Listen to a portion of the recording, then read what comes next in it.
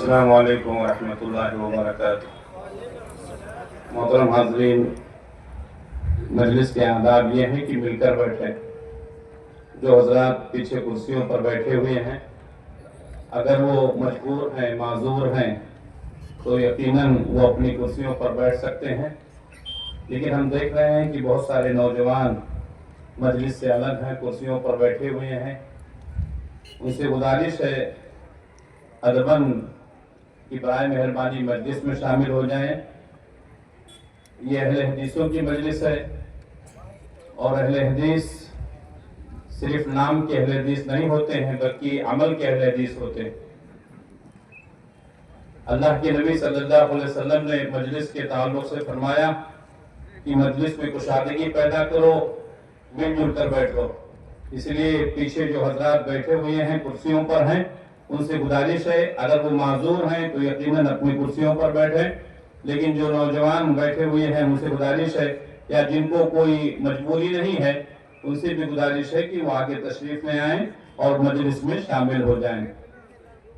الحمدللہ رب العالمین والعاقبۃ للمتقین والصلاة والسلام علی سید الانبیاء والمرسلین وعلى آلہ واصحابہ وازواجہ اجمعین وعلى من تبعهم بإحسان إلى يوم الدين، أما بعد فأعوذ بالله السميع العليم من الشيطان الرجيم، بسم الله الرحمن الرحيم، يا أيها الذين آمنوا اتقوا الله حق تقاته ولا تموتن إلا وأنتم مسلمون، يا أيها الناس اتقوا ربكم الذي خلقكم من نفس واحدة وخلق منها زوجها وبث منهما رجالا كثيرا ونساء، واتقوا الله الذي تساءلون به والأرحام إن الله كان عليكم رقيبا، يا أيها الذين آمنوا اتقوا الله وقولوا قولا سديدا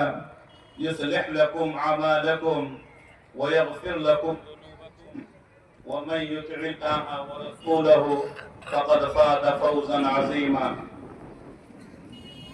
معزز اور محترم علماء کرام، جماعت و جمعیت کے ذمہ داران، دور اور نزدیک سے تشریف لائے ہوئے اسلامی بھائیوں، نوجوان دوستوں، عزیز بچوں، بزرگوں، پردہ نشین ماؤں اور بہنوں، آج کا یہ پروگرام آج بتاریخ 23 اگست 2025 بروز ہفتہ ملکال مورو ضلع چتردرگا کے اس میدان میں منعقد ہے، جس کی صدارت امیر محترم فضیلت الشیخ عبدالوہاب عبدالعزیز الجامعی حفظہ اللہ انجام دے رہے ہیں۔ اللہ سے دعا ہے کہ اللہ رب العالمین اس پروگرام کو بامقصد بنائے اور کتاب و سنت کی جو باتیں ہم سنتے ہیں اللہ رب العالمین ہمیں اس پر عمل کرنے کی توفیق عنایت فرمائے۔ محترم حاضرین، ناظم اجلاس نے میرے موضوع کا اعلان کیا، اسلام میں خواتین کا مقام و مرتبہ۔ وقت بہت محدود ہے، موضوع بہت وسیع ہے۔ اسلام نے خواتین کو جو مقام و مرتبہ دیا ہے کسی اور مذہب نے نہیں دیا ہے۔ اس موضوع پر گفتگو کرنے کی ضرورت کیوں پڑی؟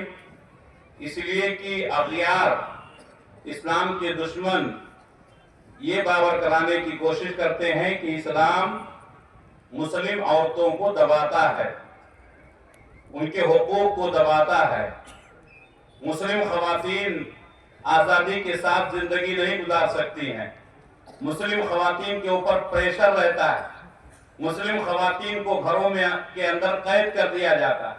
یہ ذہن اغیار کی طرف سے بنایا جا رہا ہے، اور افسوس یہ ہے کہ مسلمانوں کا ماڈرن طبقہ جو اپنے آپ کو بہت اپ ٹو ڈیٹ سمجھتا ہے، اس کے ذہن میں بھی کسی نہ کسی طرح یہ بات آ گئی ہے کہ حقیقت میں عورتوں کے اوپر بہت ظلم ہو رہا ہے۔ میرے بھائیوں، اسلام نے عورت کو جو مقام دیا ہے وہ کسی مذہب نے نہیں دیا ہے۔ اگر میں یہ کہوں کہ اسلام نے عورت کو ثری سے اٹھا کر ثریا تک پہنچا دیا، زمین سے اٹھا کر کے آسمان تک پہنچا دیا، تو اس میں مبالغہ نہیں ہوگا۔ اللہ کے نبی صلی اللہ علیہ وسلم جس دور میں تشریف لائے، آپ کی ولادت ہوئی، آپ کو نبوت ملی، اس وقت کا نقشہ اللہ تبارک و تعالیٰ پیش کرتا ہے وَإِذَا بُشِّرَ أَحَدُهُمْ بِالْأُنْثَىٰ ظَلَّ وَجْهُهُ مُسْوَدًّا وَهُوَ كَظِيمٌ۔ جب کسی کے گھر میں بچی کی پیدائش کی خبر دی جاتی تھی کہ تمہارے گھر میں بچی پیدا ہوئی ہے، تو اس کا چہرہ سیاہ ہو جاتا تھا اور وہ اندر ہی اندر گھٹنے لگتا تھا۔ يَتَوَارَى مِنَ الْقَوْمِ، وہ قوم سے چھپ کر گزرتا تھا، قوم کے سامنے نہیں آتا تھا۔ مِنْ سُوءٍ، اس برائی کی وجہ سے جس کو وہ برا سمجھ رہا تھا، عورت کی پیدائش، مَا بُشِّرَ بِهِ، جو اس کو خوشخبری دی گئی۔ اب آگے اللہ تعالیٰ نے فرمایا کہ اب وہ پریشان ہوتا تھا کہ اس کو زندہ زمین میں دفن کر دے یا اسی طریقے سے ذلت اور رسوائی کو برداشت کرے۔ تو معلوم یہ ہوا کہ اس زمانے میں خواتین یعنی لڑکیوں کی پیدائش لوگ باعث عار سمجھتے تھے، اور جب بچی تھوڑا بڑی ہوتی تھی تو لے جا کر کے گڈھا کھود کر کے ان کا خود کا اپنا باپ زمین میں دفن کر دیتا تھا۔ اللہ تعالیٰ نے فرمایا قرآن مجید میں کہ جب زندہ درگور کی ہوئی لڑکی سے سوال کیا جائے گا کہ تمہیں کس جرم کی وجہ سے زمین میں گاڑ دیا گیا تھا، وَإِذَا الْمَوْءُودَةُ سُئِلَتْ بِأَيِّ ذَنبٍ قُتِلَتْ، جب زندہ درگور کی ہوئی لڑکی سے پوچھا جائے گا کہ تمہیں کیوں قتل کیا گیا، تمہیں کیوں مارا گیا، اس معصوم بچی کی غلطی کیا تھی؟ صرف یہ تھی کہ وہ ایک لڑکی تھی، یعنی لڑکی کی پیدائش کو لوگ عار سمجھتے تھے۔ عورتوں کو وراثت میں حصہ نہیں دیا جاتا تھا۔ اگر سوتیلی ماں ہے، باپ کا انتقال ہو گیا تو وہ اپنی سوتیلی ماں سے شادی کر سکتا تھا۔ دو بہنوں کو بیک وقت نکاح میں رکھا جا سکتا تھا۔ ایام حیض میں عورتوں کو الگ تھلگ کر دیا جاتا تھا، ان کے ساتھ سونا اٹھنا بیٹھنا کھانا پینا نہیں۔ اس طریقے سے عورتوں کو چھوا چھوت سمجھا جاتا تھا، اچھوت سمجھا جاتا تھا، اس کو دور رکھا جاتا تھا، اور بعض مذاہب نے تو ان کو موذی جانور کہا، کتے اور بلیوں سے بھی بدتر سمجھا۔ لیکن اسلام نے آ کر کے عورت کو وہ مقام دیا۔ پیارے نبی صلی اللہ علیہ وسلم فرماتے ہیں الدنیا کلھا متاع وخیر متاع الدنیا المرأۃ الصالحہ، یہ پوری کی پوری دنیا یہ فائدہ اٹھانے کی چیز ہے، متاع ہے، لیکن دنیا کی سب سے قیمتی چیز اگر کوئی ہے تو نیک عورت ہے۔ اب بتائیے اس سے بڑی بات اور کیا ہو سکتی ہے کہ جس دور میں جس زمانے میں عورتوں کا نام لوگ سننا نہیں چاہتے تھے، اپنی بچی کو زندہ زمین میں دفن کر دیتے تھے، ایسے موقع پر اللہ کے نبی صلی اللہ علیہ وسلم کا اعلان کرنا کہ کائنات کی سب سے عظیم چیز اگر کوئی ہے تو صالح اور نیک عورت ہے، بس عورت کی فضیلت کے لیے یہی بات کافی ہے۔ اس کے بعد اگر کوئی گفتگو نہ کی جائے تو بات مکمل ہو جائے گی کہ اسلام نے کائنات کی سب سے اچھی اور سب سے بہتر چیز ایک صالح عورت کو قرار دیا۔ اللہ کے نبی صلی اللہ علیہ وسلم نے فرمایا کہ عورت اگر 4 کام کر لے تو جنت کے 8 دروازے اس کے لیے کھول دیے جائیں گے، جس دروازے سے چاہے داخل ہو جائے۔ المرأۃ اذا صلت خمسها، 5 وقت کی نماز پڑھنا، وصامت شہرها، رمضان کے روزے رکھنا، وحسنت فرجها، اپنے شرمگاہ کی حفاظت کرنا، واطاعت بالها، اور اپنے شوہر کی اطاعت و فرما برداری کرنا۔ ہماری مائیں بہنیں کان کھول کر سن لیں، 4 کام اصل ہے، 5 وقت نماز پڑھنا، رمضان کے روزے رکھنا، شرمگاہ کی حفاظت کرنا اور شوہر کی اطاعت و فرما برداری کرنا، یہی 4 کام ہیں۔ اللہ کے نبی صلی اللہ علیہ وسلم نے فرمایا جو عورت بھی یہ 4 کام کر لے اس کے لیے جنت کے 8 دروازے کھول دیے جائیں گے، جس دروازے سے چاہے جنت میں داخل ہو جائے۔ اب اس سے بڑی فضیلت اور کیا چاہیے؟ اللہ کے نبی صلی اللہ علیہ وسلم نے فرمایا کہ عورت اور مرد اللہ کی نگاہ میں عمل کے اعتبار سے برابر ہے۔ ایسا نہیں ہے کہ عورت کوئی نیکی کرے تو اس کو کم ثواب ملے گا، مرد نیکی کرے تو زیادہ ثواب ملے گا، ایسا نہیں ہے۔